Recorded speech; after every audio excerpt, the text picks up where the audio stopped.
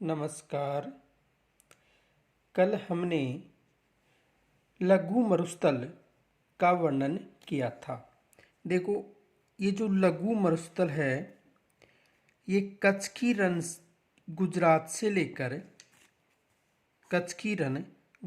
से लेकर बीकानेर की महान मरुभूमि तक जो मरुस्थल का विस्तार है इसे लघु मरुस्थल कहा जाता है। यानी कच्छ की रण से लेकर, जो गुजरात में है, तो कच्छ की रण गुजरात से लेकर बीकानेर के जो महान मरुभूमि है इसके मध्य जो मरुस्थल है उसे लघु मरुस्थल के नाम से जाना जाता है। आगे देखो,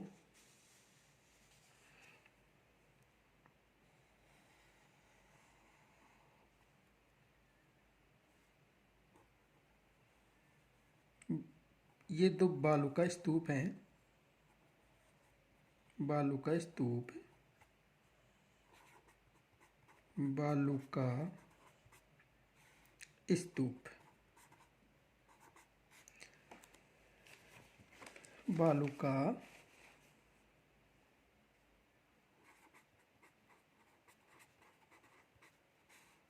स्तूप।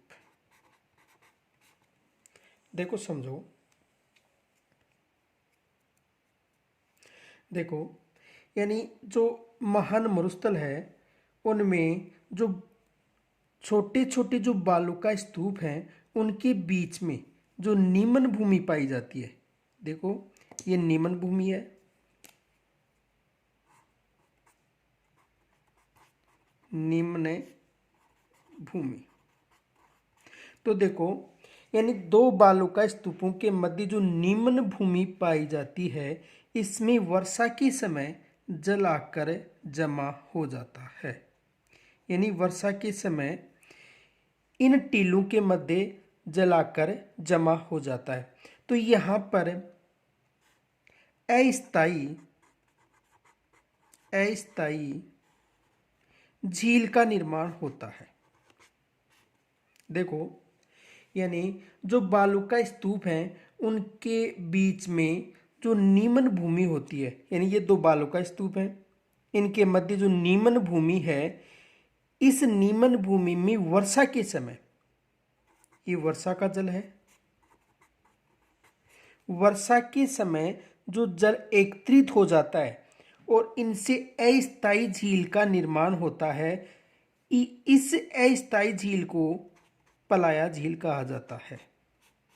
पलाया झील कहा जाता है।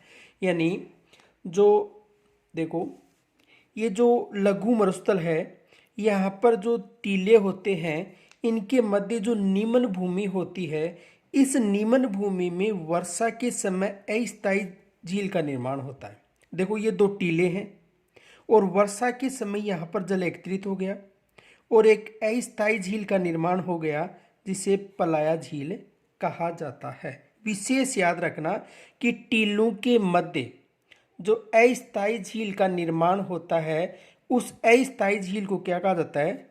पलाया झील कहा जाता है। आगे देखो, यहाँ पर जो जल सूखने पर जो दलदल का निर्माण होता है उस दलदल को रन या टाट कहा जाता है। देखो, ये जो जल है, जल सूखने के बाद में दलदल का निर्माण होता है और इस दलदल को रन या टाट कहा जाता है। रन या टाट कहा जाता है। तो जो दलदल है उसको क्या कहा जाता है? रन या टाट। देखो, अस्थायी झील, पलाया झील, और यहाँ पर जो दलदल है उसे रन या टाट कहा जाता है। और यहाँ पर ये जल है सूखने के बाद में इस क्षेत्र में जो कृषि की जाती है उसे क्या कहा जाता है? खड़ीन कहा जाता है। क्या कहा जाता है? खड़ीन।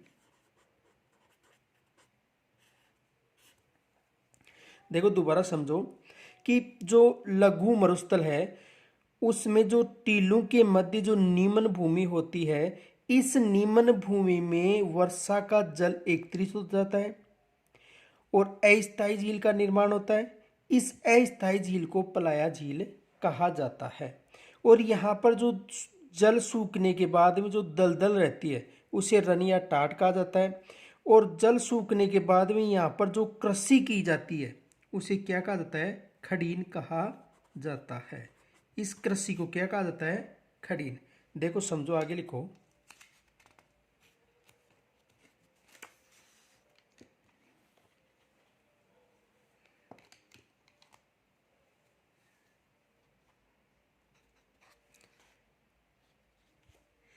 इस भाग में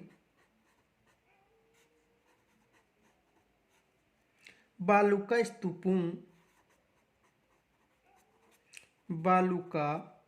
स्तूपों इस भाग में बालुका स्तूपों के बीच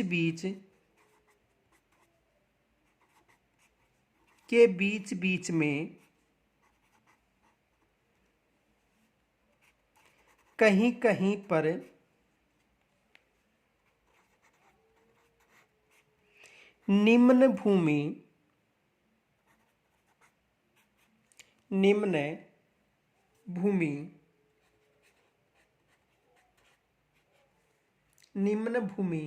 पाई जाती है।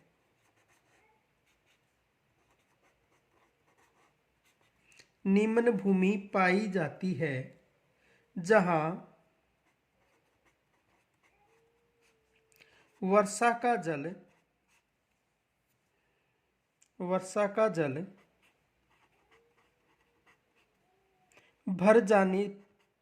भर जाने से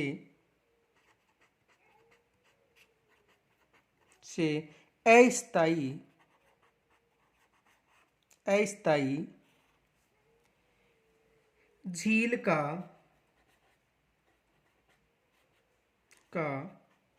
निर्माण होता है।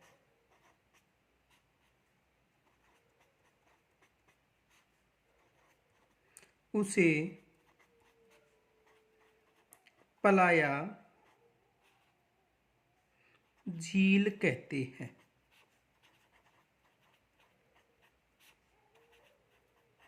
देखो समझो, यानी कि जो लघु मरुस्थल है वहाँ पर जो टीले होते हैं, उन टीलों के मध्य जो निम्न भूमि होती है उसमें वर्षागत जल आकर एकत्रित हो जाता है और अस्थायी झील का निर्माण हो जाता है, जिसे पलाया झील कहते हैं।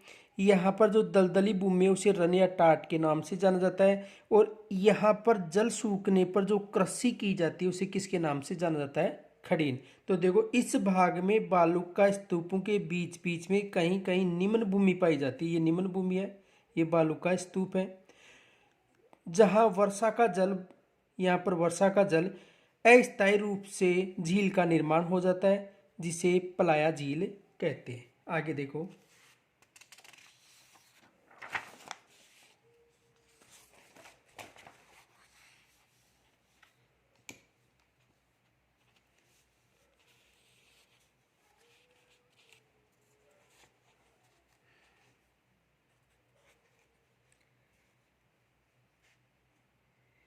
यहाँ दलदली भूमि को रन या टोट कहा जाता है।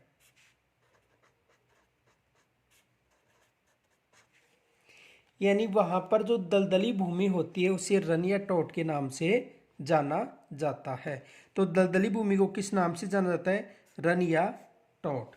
आगे देखो। अस्थायी झील का जल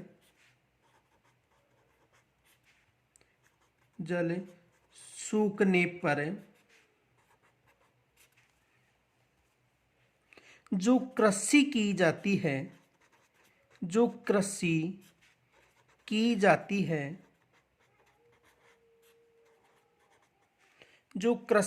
जाती है उसे खड़ीन कहते हैं। उसे खड़ीन कहते हैं। उसे किस नाम से जाना जाता है? खड़ीन के नाम से जाना जाता है। यानी अस्थायी झीलों का जल सूखने पर जहाँ पर वहाँ पर जो कृषि की जाती है उसे किसके नाम से जाना जाता है? खड़ीन के नाम से। यानी अस्थायी झील का जल सूखने पर जो कृषि की जाती है उसे किसके नाम से जाना जाता है? खड़ीन के नाम से जाना जाता है। आगे देखो,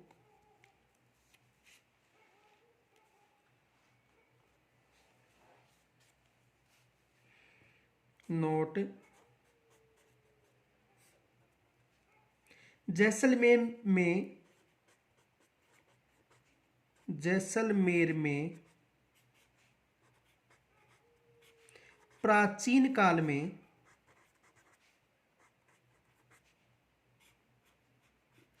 जैसलमेर में प्राचीन काल में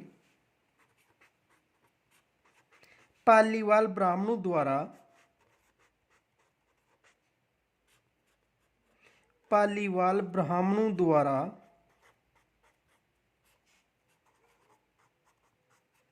पालीवाल ब्राह्मणों द्वारा की जाने वाली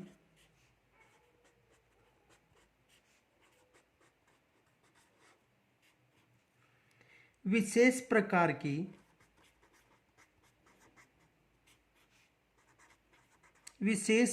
की कृषि खड़ीन कहलाती है।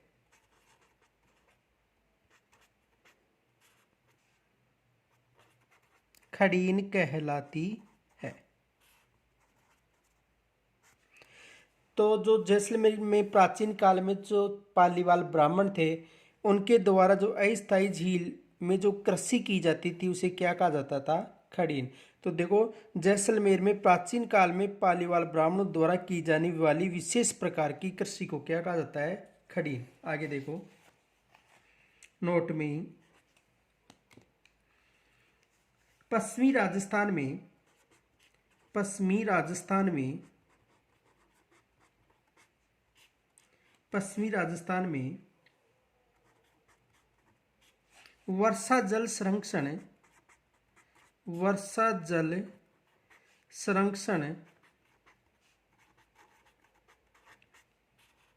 की परंपरागत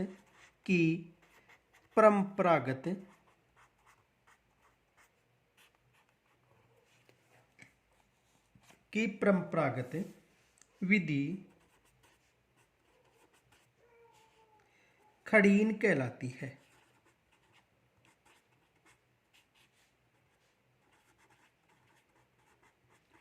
खड़ीन कहलाती है। ये दोनों विशेष याद रखना कि अस्थायी जो झील है और अस्थायी झील का जल सूखने पर जो कृषि की जाती है उसे खड़ीन कहते हैं, और पश्चिमी राजस्थान में वर्षा जल संरक्षण की परंपरागत विधि कौन सी है? खड़ीन। आगे देखो, आगे पढ़ेंगे राजस्थान, पाठ दूसरा, राजस्थान बांगर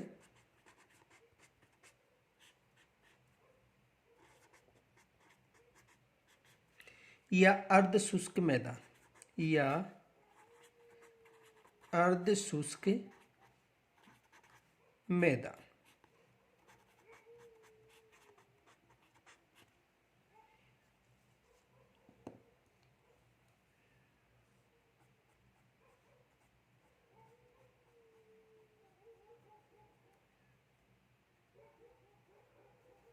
देखो, ये पश्चिमी रेतीला मैदान है।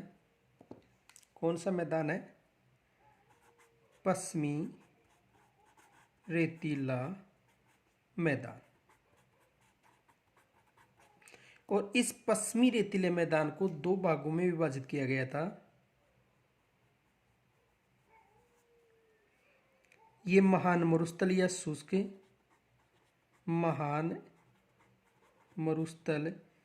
या शुष्क प्रदेश था, शुष्क मैदान, और ये था अर्ध शुष्क मैदान या राजस्थान बांगर, राजस्थान बांगर क्षेत्र। तो देखो, पश्चिमी रेतीले मैदान को दो भागों में विभाजित किया गया था, महान मरुस्थल या शुष्क मैदान, और दूसरा था अर्ध शुष्क मैदान या राजस्थान बांगर। तो आज पढ़ेंगे अर्ध शुष्क मैदान।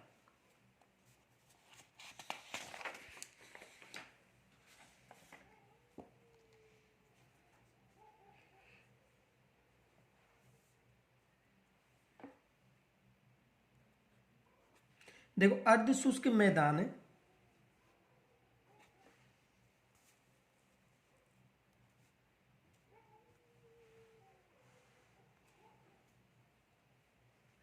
अर्ध शुष्क मैदान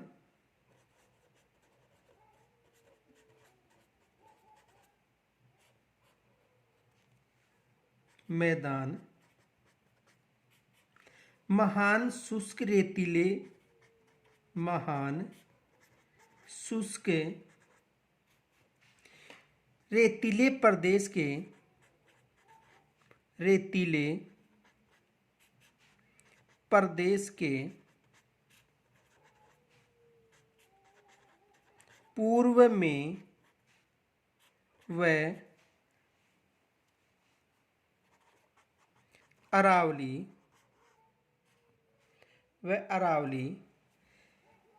पहाड़ियों के पश्चिम में, पहाड़ियों के पश्चिम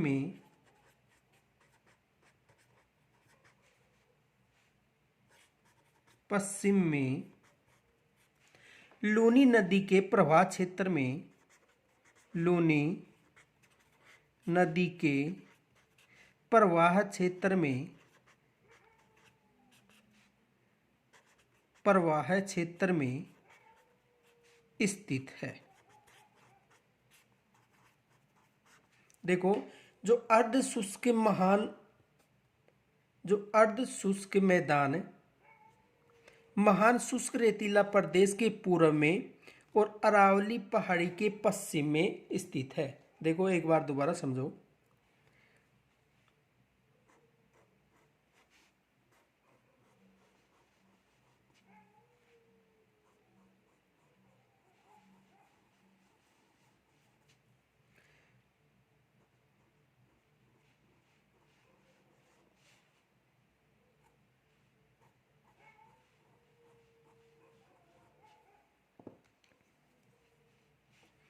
ये है अरावली,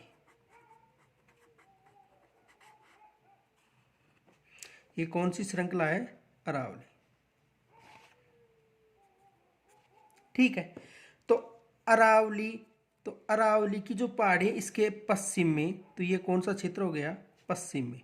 ठीक है, और ये जो क्षेत्र है जिसे महान शुष्क रेतीला मैदान कहा गया था, यानी महान शुष्क मैदान, शुष्क मैदान। तो महान शुष्क मैदान के पूर्व की तरफ और अरावली के पश्चिम की तरफ ये जो भूभाग है, ये कौन सा है? अर्ध शुष्क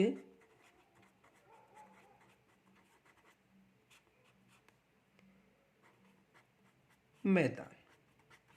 तो अर्ध शुष्क मैदान अरावली के पश्चिम की तरफ और महान शुष्क मैदान के पूर्व के मध्य स्थित है। देखो, एक बार दोबारा समझो।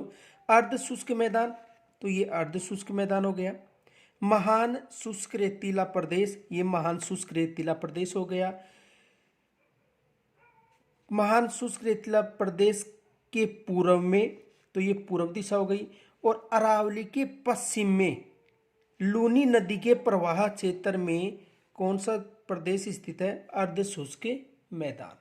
आ गया होगा समझ में? एक बार दोबारा समझ लो। देखो,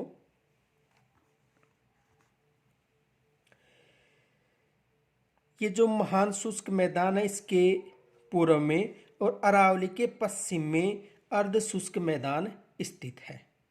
आगे देखो,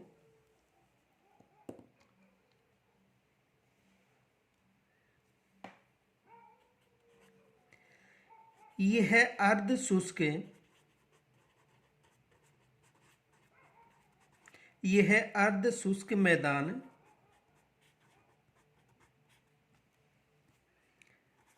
25 सेमी समवर्षा रेखा के पूर्व में, यानी यह अर्ध शुष्क मैदान 25 सेमी वर्षा रेखा के पूर्व में। तो ये जो रेखा है ये कौन सी है? 25 सेमी। पीछे बताया था कि शुष्क व अर्ध शुष्क के मध्य कौन सी रेखा है? 25 सेमी वर्षा रेखा। तो यह है अर्ध शुष्क मैदान 25 सेमी वर्षा रेखा, ये जो अर्ध शुष्क मैदान है, ठीक है, 25 सेमी रेखा के पूर्व में, तो इस रेखा के पूर्व में हो गया, तथा 50 सेमी समवर्षा रेखा के पश्चिम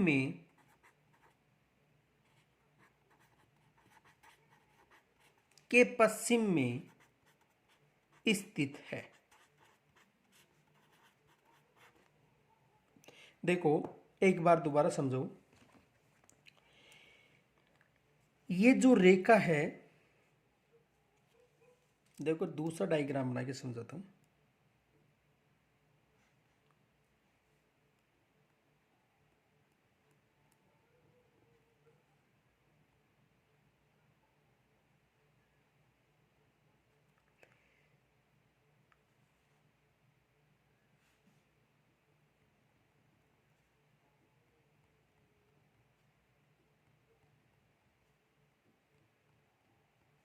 ये है अरावली, अरावली श्रेणी, ठीक है, और ये है 25 सेमी वर्षा रेखा, 25 सेमी वर्षा रेखा। तो और अरावली पर्वतमाला के समानांतर कौन सी रेखा गुजरती है? 50 सेमी वर्षा रेखा। तो अरावली पर्वतमाला के समानांतर 50 सेमी वर्षा रेखा गुजरती है, और पश्चिमी रेतीले मैदान को दो भागों में 50 सेमी वर्षा रेखा विभाजित करती है। यानी पश्चिमी रेतीले मैदान को शुष्क व अर्ध शुष्क में 25 सेमी वर्षा रेखा विभाजित करती है। तो देखो ये जो मैदान है ये है अर्ध शुष्क मैदान, अर्ध शुष्क मैदान। तो अर्ध शुष्क मैदान 25 सेमी व 50 सेमी वर्षा रेखा के मध्य स्थित है। ये 25 सेमी हो गई और ये 50 सेमी। एक बार दोबारा देखो, पश्चिमी रेतीले मैदान को 25 सेमी वर्षा रेखा दो भागों में विभाजित करती है, शुष्क और अर्ध शुष्क। ये शुष्क हो गया, ये अर्ध शुष्क। कौन सी सेमी वर्षा रेखा? 25 सेमी। अरावली पर्वतमाला के समानांतर कौन सी सीमा रेखा गुजरती है? 50। तो अर्ध शुष्क मैदान, ये जो अर्ध शुष्क मैदान है 25 सेमी व 50 सेमी वर्षा रेखा के मध्य स्थित है। आगे देखो,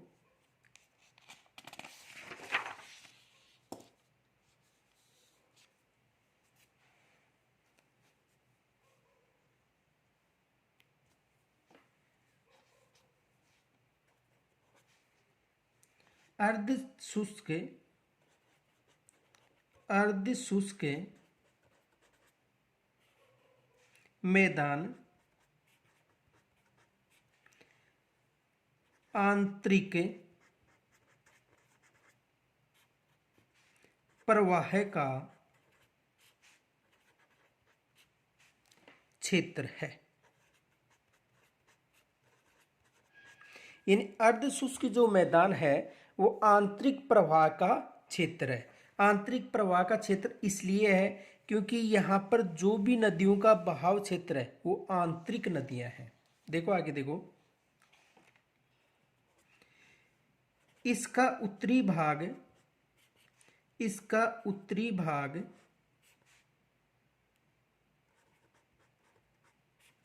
घग्गर का मैदान,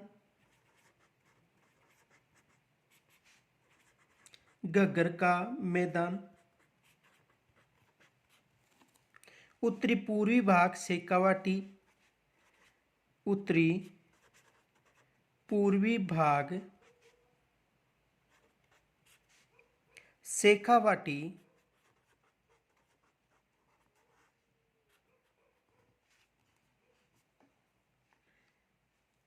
शेखावाटी का आंतरिक जल प्रवाह क्षेत्र,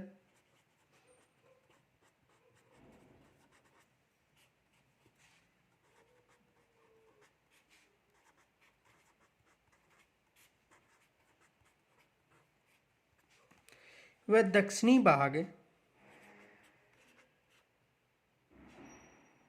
दक्षिणी पश्चिमी भाग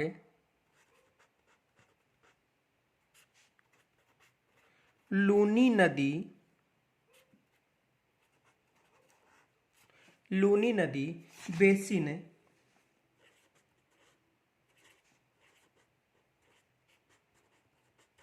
लूनी नदी बेसिन तथा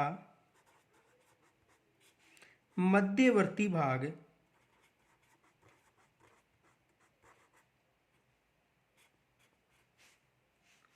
मध्यवर्ती भाग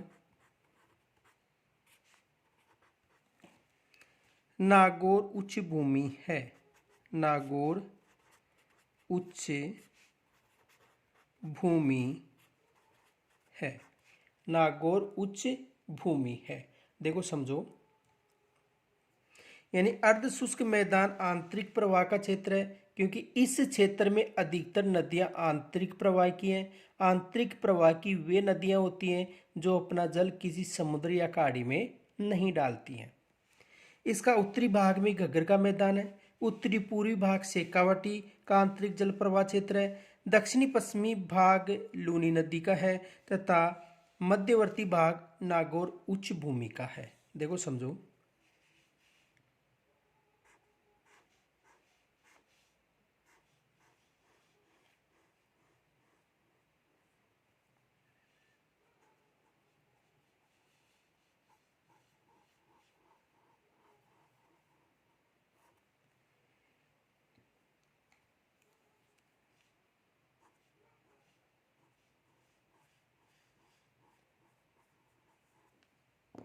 ये है पश्चिमी रेतीला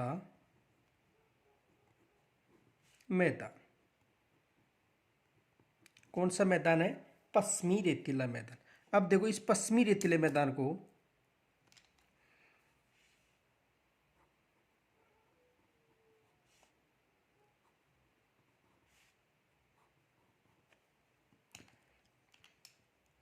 एक नंबर, 2 नंबर, 3 और 4।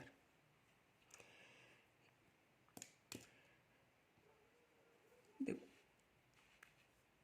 ये है 1 नंबर घग्गर मैदान। कौन सा मैदान है? घग्गर का मैदान। ये है शेखावाटी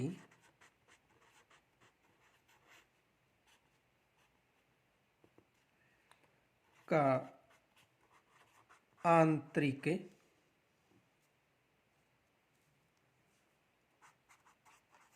शेखावाटी का आंतरिक जल प्रवाह क्षेत्र, जल प्रवाह क्षेत्र।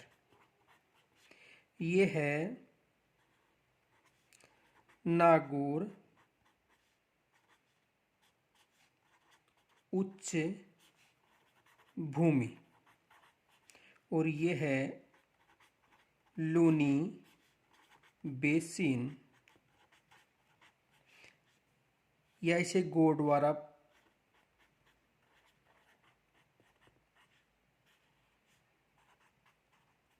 प्रदेश भी कहते हैं। ठीक है, तो देखो घग्गर का मैदान, शेखावाटी का आंतरिक जल प्रवाह क्षेत्र, नागौर उच्च भूमि और लूनी बेसिन। एक बार दोबारा समझो।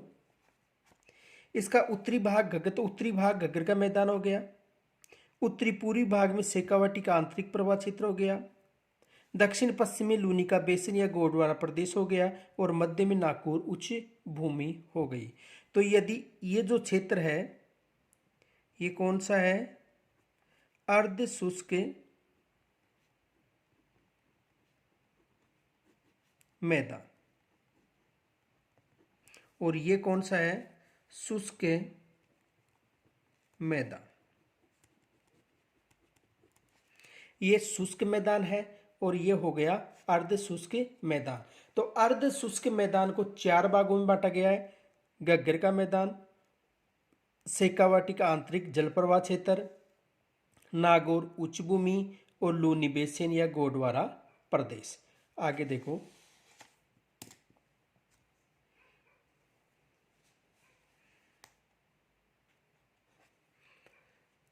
अर्ध शुष्क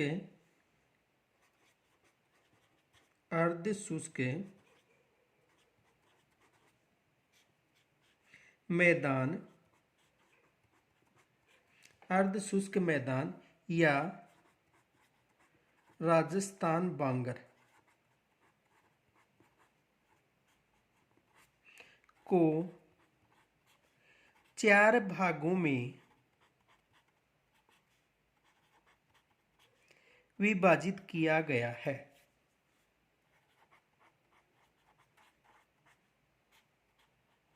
विभाजित किया गया है।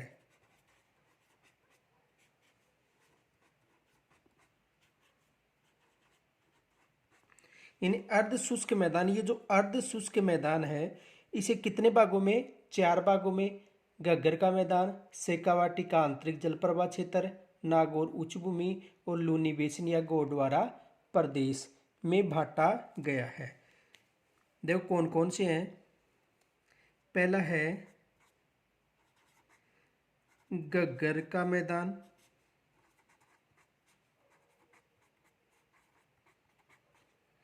दूसरा है शेखावाटी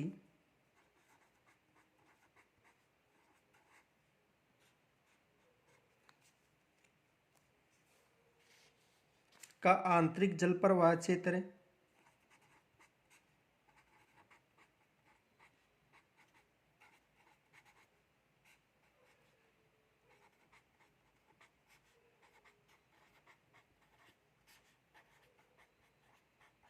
शेखावाटी का आंतरिक जल प्रवाह क्षेत्र, नागौर उच्च भूमि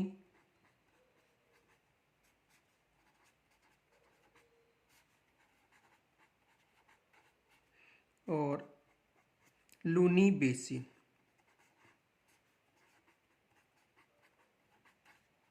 या गोंडवाना प्रदेश।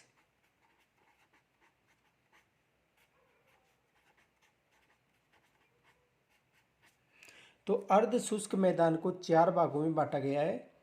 घग्गर का मैदान, शेखावाटी का आंतरिक जल प्रवाह क्षेत्र, नागौर उच्च भूमि और लूनी बेसिन। तो सबसे पहले पढ़ेंगे घग्गर का मैदान।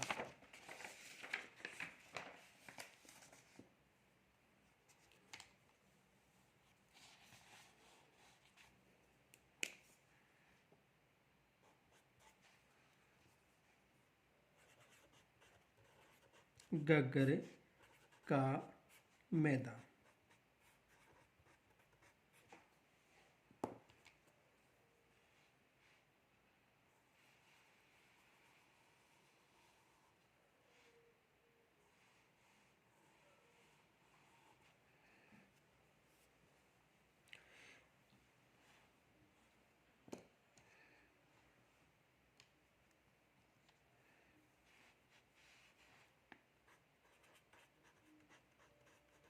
हिमालय पर्वत श्रेणी।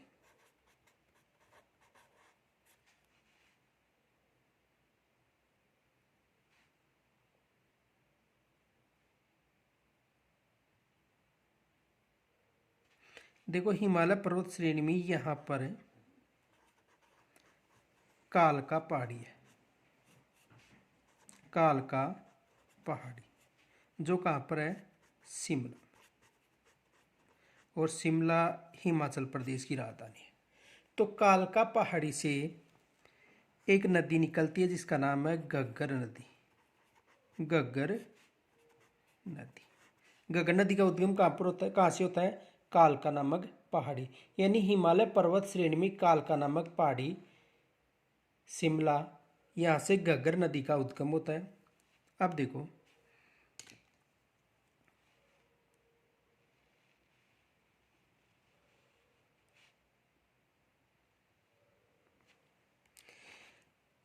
ये गंगानगर जिला है,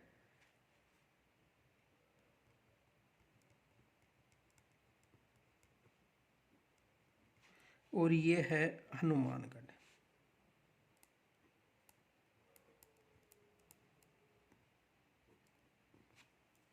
ये कौन सा जिला है, श्री गंगानगर, और ये है हनुमानगढ़। अब देखो, जो कालका पहाड़ी से घग्गर नदी का उद्गम होता है उसका समापन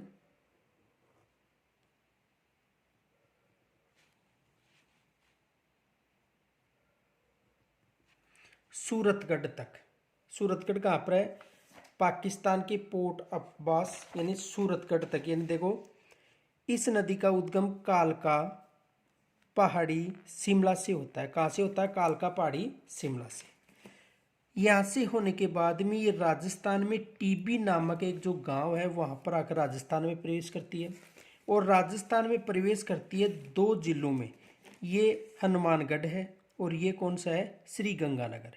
यानी राजस्थान में हनुमानगढ़ और गंगानगर में इसका बहाव क्षेत्र है। किसकी जिलों में है, हनुमानगढ़ और गंगानगर। देखो,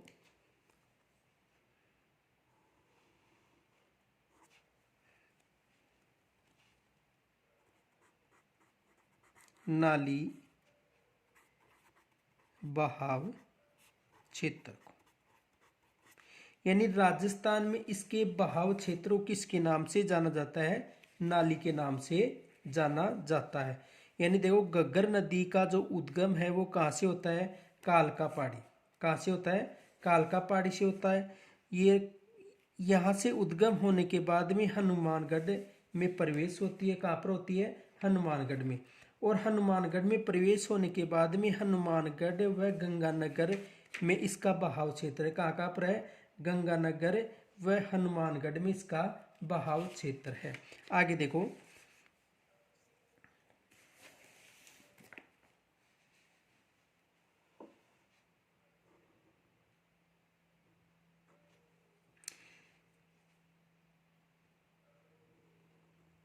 यहाँ पर एक झील का निर्माण करती है जिसे तलवाड़ा झील कहा जाता है। तलवाड़ा झील किसके नाम से जाना जाता है, तलवाड़ा झील। और यहाँ पर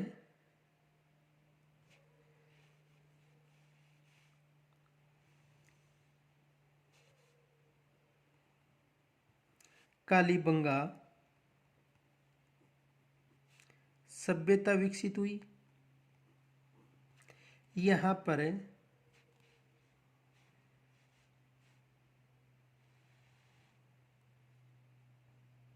बठनेर दुर्ग है। यहाँ पर कौन सा दुर्ग है, बठनेर दुर्ग है।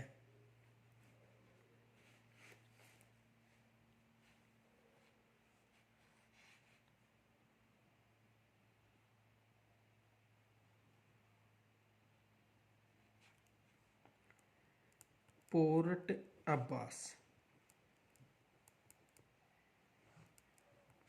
ये कौन सा क्षेत्र है, पाकिस्तान। देखो समझो, घग्गर नदी का उद्गम कालका पहाड़ी शिमला से होता है। यहाँ से होने के बाद में ये सबसे पहले हनुमानगढ़ के टीबी नामक स्थान में प्रवेश होती है और वहाँ पर तलवाड़ा झील का निर्माण करती है। उसके बाद में इसका बहाव क्षेत्र हनुमानगढ़ व गंगानगर जिले में है। और यदि इस नदी में पीछे भारी वर्षा हो जाती है तो इसका जल पोर्ट अब्बास पाकिस्तान तक चला जाता है। यदि पीछे भारी वर्षा होती है तो इसका जल कहाँ तक चला जाता है, पोर्ट अब्बास पाकिस्तान तक। इसके बहाव को राजस्थान में नाली के नाम से जाना जाता है। और पाकिस्तान में इसके बहाव को हकरा कहा जाता है। पाकिस्तान में इसके बहाव क्या कहा जाता है? हकरा कहा जाता है। इसके तट पर कालीबंगा सभ्यता और बटनेर दुर्ग स्थित है। तो देखो,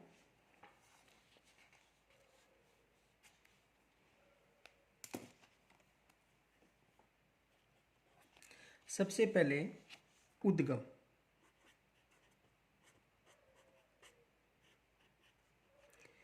कालका पहाड़ी, कालका पहाड़ी कहाँ पर है? शिमला, हिमाचल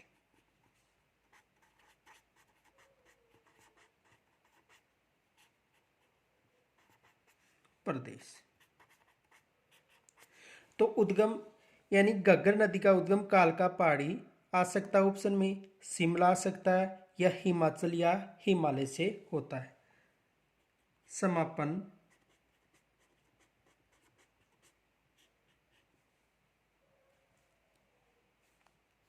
सूरतगढ़,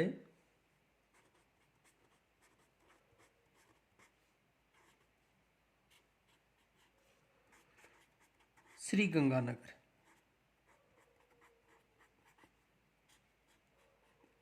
समापन कहाँ पर होता है?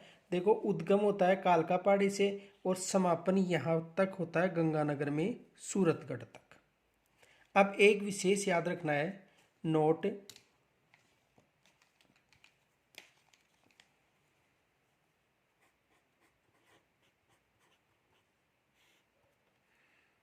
यदि घग्गर नदी के बहाव क्षेत्र में, घग्गर नदी के बहाव क्षेत्र में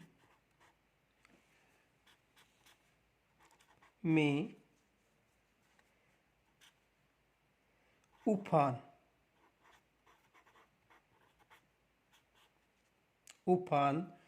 आता है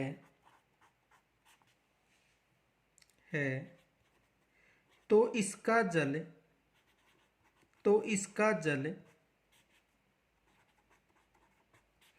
पोर्ट अब्बास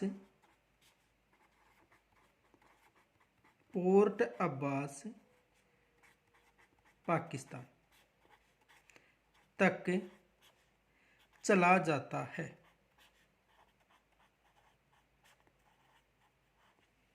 ये विशेष नोट याद रखना।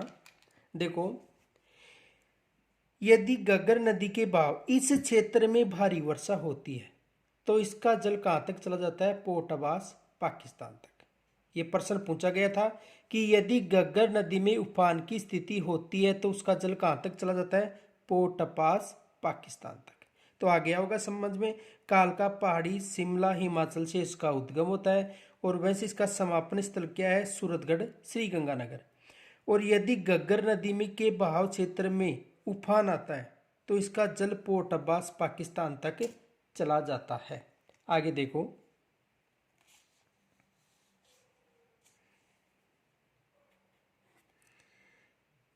राजस्थान में इसके बहाव क्षेत्र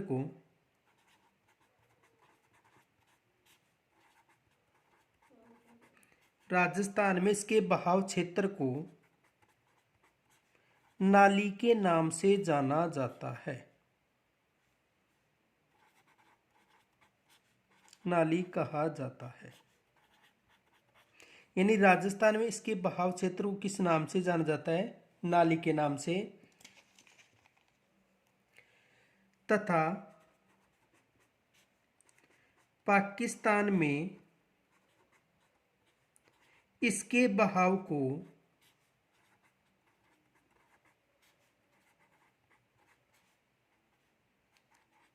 हकरा कहा जाता है।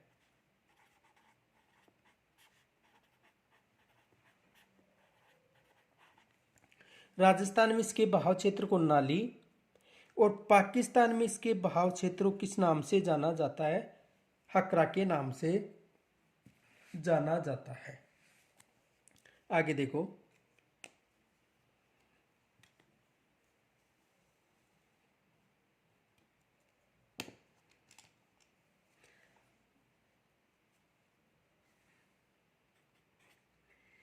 ये है नदी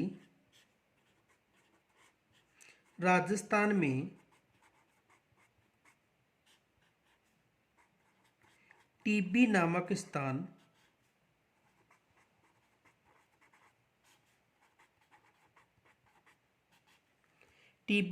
स्थान जो हनुमानगढ़ में है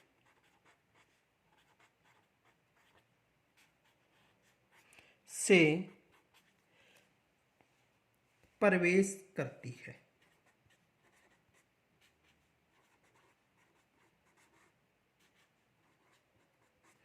यानी यह नदी राजस्थान में टीबी नामक स्थान से प्रवेश होती है, और टीबी नामक स्थान कहां पर है? हनुमानगढ़ में। ठीक है।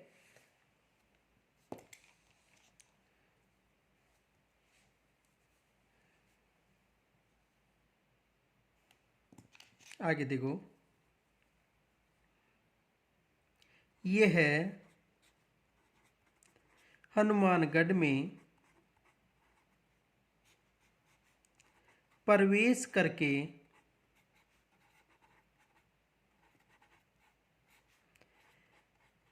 तलवाड़ा झील का निर्माण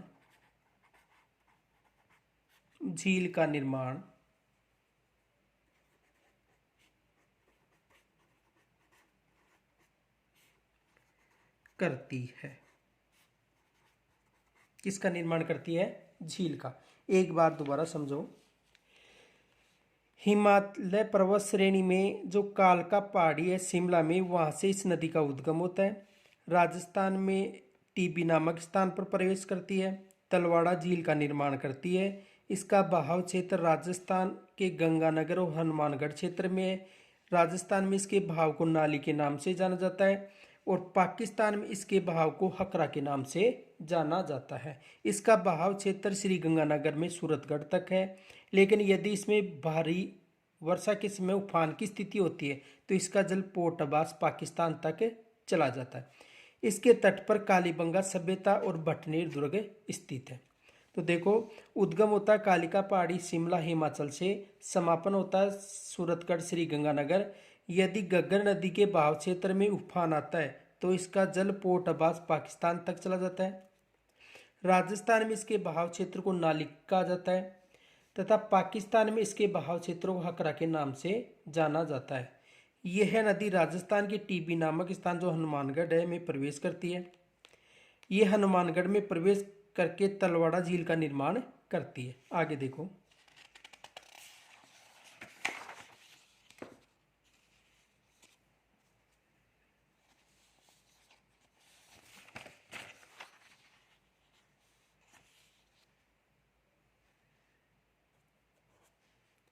घग्गर नदी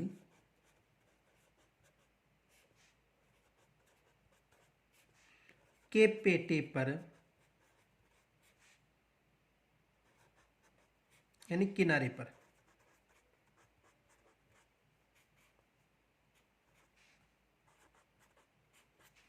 यानी घग्गर नदी के पेटे यानी किनारे पर कालीबंगा सभ्यता विकसित हुई है।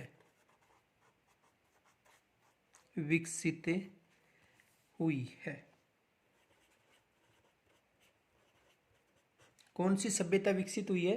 कालीबंगा सभ्यता। देखो, इसके बारे में थोड़ी सी डिटेल्स लिख लो, नोट।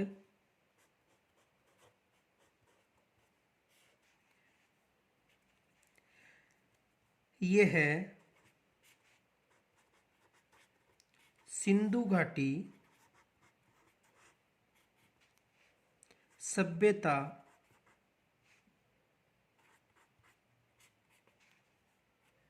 का क्षेत्र है। यानी कालीबंगा किसका क्षेत्र माना जाता है? सिंधु घाटी सभ्यता का, जो नगरीय सभ्यता है।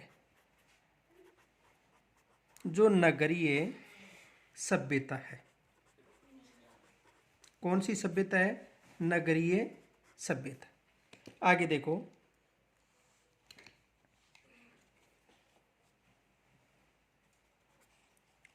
घग्गर नदी के पास बठनेर दुर्ग स्थित है। कौन सा दुर्ग स्थित है? बठनेर दुर्ग। किस नदी के पास में स्थित है? घग्गर नदी के पास में। देखो, ये एकमात्र ऐसा दुर्ग है, एकमात्र ऐसा दुर्ग जिसमें मुस्लिम महिलाओं ने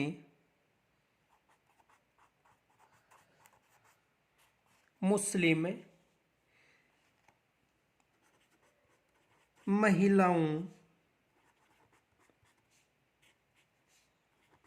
महिलाओं ने जोहर किया था।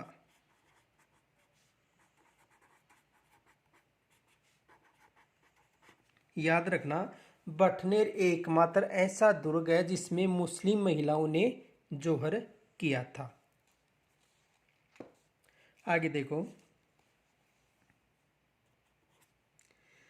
उपना, नट नदी, मृत नदी, सोतर नदी,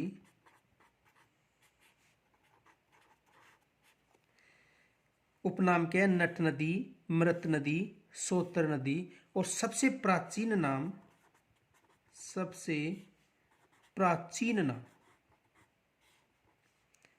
सरस्वती।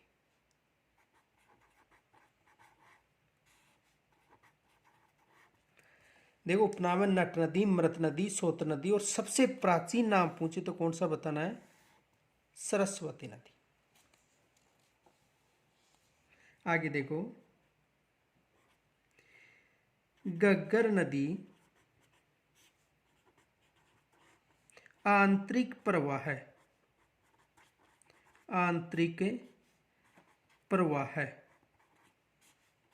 की सबसे लंबी नदी है।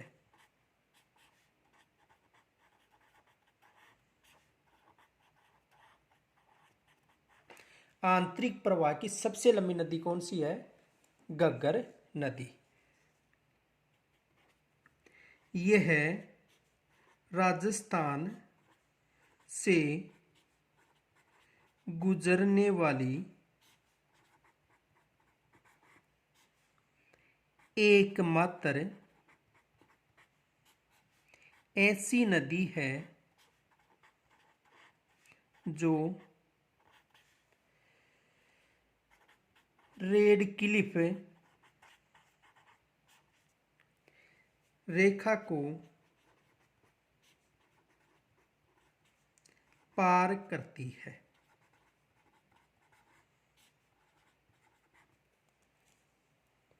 तो राजस्थान से गुजरने वाली एकमात्र ऐसी नदी है जो रेड क्लिफ रेखा को पार करती है। देखो, ये रेड क्लिफ रेखा है और इस रेखा को पार करने वाली एकमात्र नदी कौन सी है? घग्गर नदी। तो देखो, यह है राजस्थान से गुजरने वाली एकमात्र ऐसी नदी जो रेड क्लिफ रेखा को पार करती है। आगे देखो, दूसरा है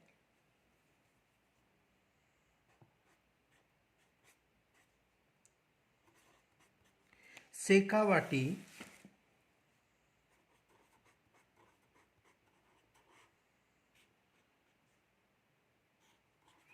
का आंतरिक प्रवाह क्षेत्र। शेखावाटी का आंतरिक प्रवाह क्षेत्र, यानी पहला था घग्गर का मैदान और दूसरा है शेखावाटी का आंतरिक प्रवाह क्षेत्र। देखो,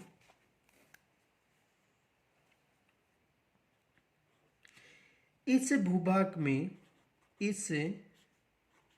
भूभाग में सीकर, चूरू, झुंझुनू,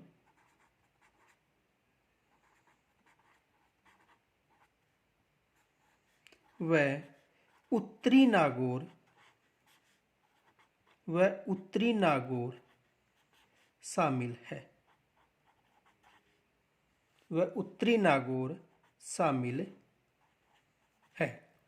यानी शेखावाटी का जो आंतरिक प्रवाह क्षेत्र है, इस भूभाग में सीकर, चूरू, झुंझुनू व उत्तरी नागौर शामिल है।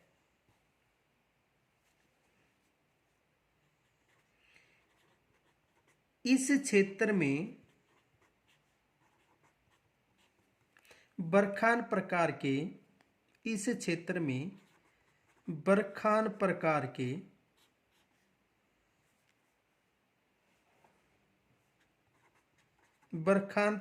के बालू का स्तूप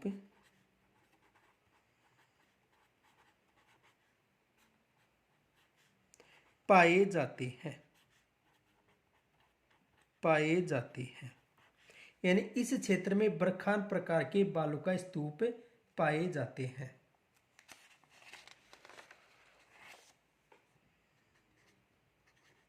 इस क्षेत्र की नदियां आंतरिक प्रवाह की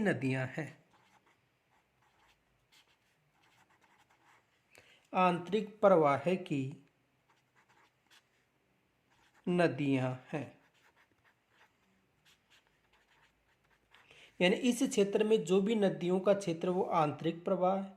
तो देखो, शेखावाटी का आंतरिक प्रवाह क्षेत्र, इस भूभाग में सीकर, चूरू, झुंझुनू, उत्तरी नागौर शामिल है। इस क्षेत्र में बरखान प्रकार के बालू का स्तूप पाए जाते हैं और इस क्षेत्र की नदियों की स्थिति कैसी है? आंतरिक। आगे देखो,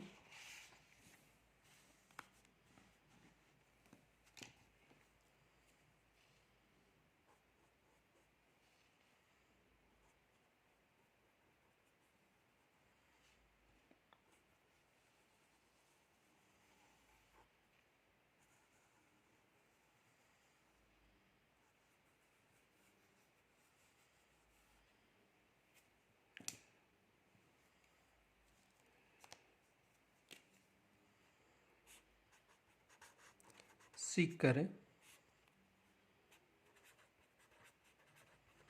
झुंझुनू, चूरू और यहाँ पर है नागौर। इस नदी का उद्गम यहाँ से होता है, जो अपना जल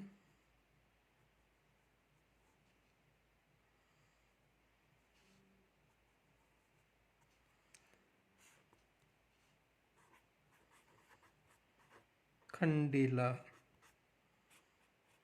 की पहाड़ी,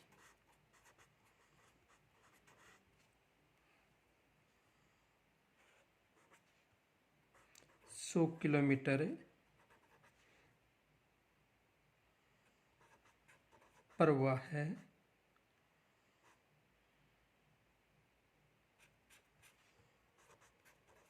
प्रवाह क्षेत्र कितना है? 100 किलोमीटर। और यहाँ पर एक सभ्यता विकसित हुई है,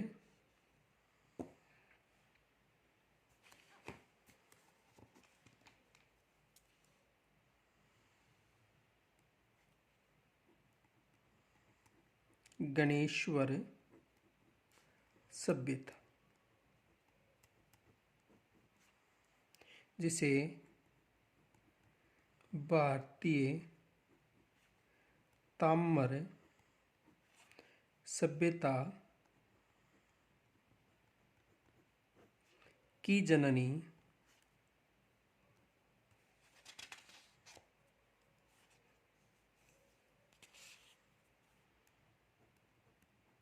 कहा जाता है। तो देखो, ये कौन सी नदी है?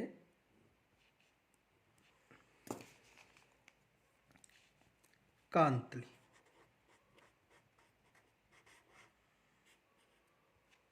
कौन सी नदी है?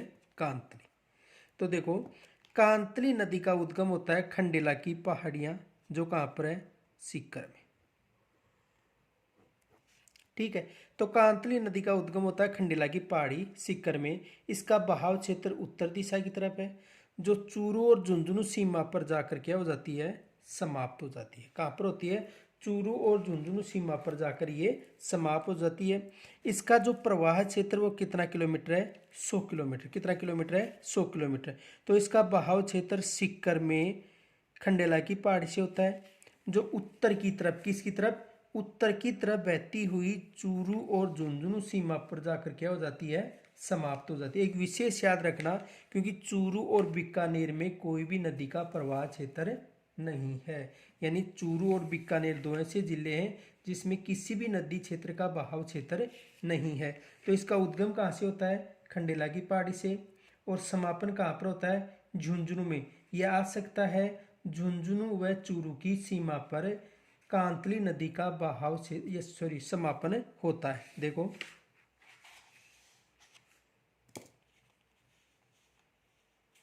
उद्गम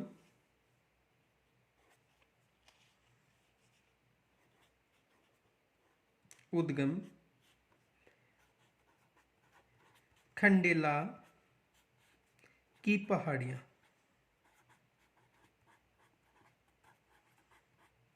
जो कहां पर है? सीकर। इसका उद्गम कहां पर, कहां से होता है? खंडेला की पहाड़ियां, जो कहां पर है? सीकर।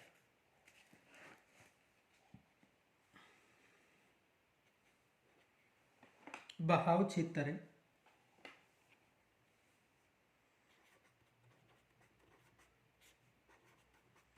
बहाव क्षेत्र किसके नाम से जाना जाता है? तोरावाटी।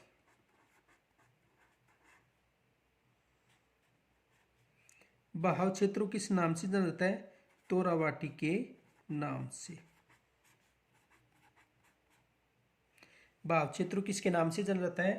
तोरावाटी के नाम से जाना जाता है। समापन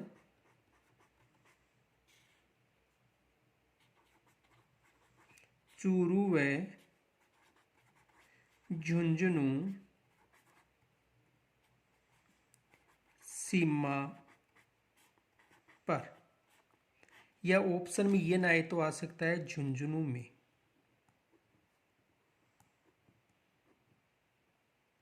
समापन कहाँ पर होता है? झुंझुनू में। तो उद्गम खंडेला की पहाड़ी सीकर, बहाव क्षेत्र को तोरावाटी के नाम से जाना जाता है, और इसका जो समापन होता है वो कहाँ पर होता है? चूरू झुंझुनू सीमा पर। देखो नोट,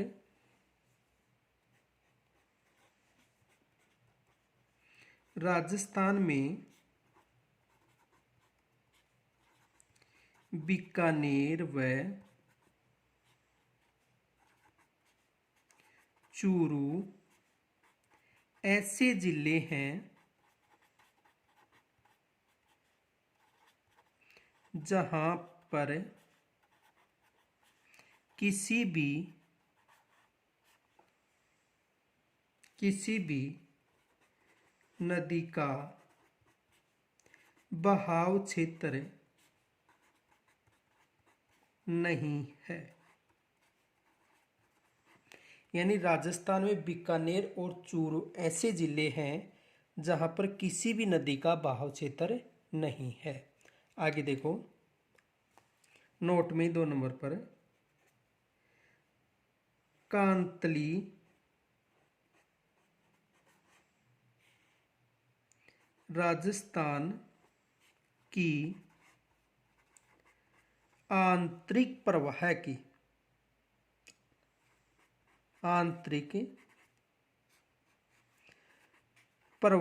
की सबसे लंबी नदी है। सबसे लंबी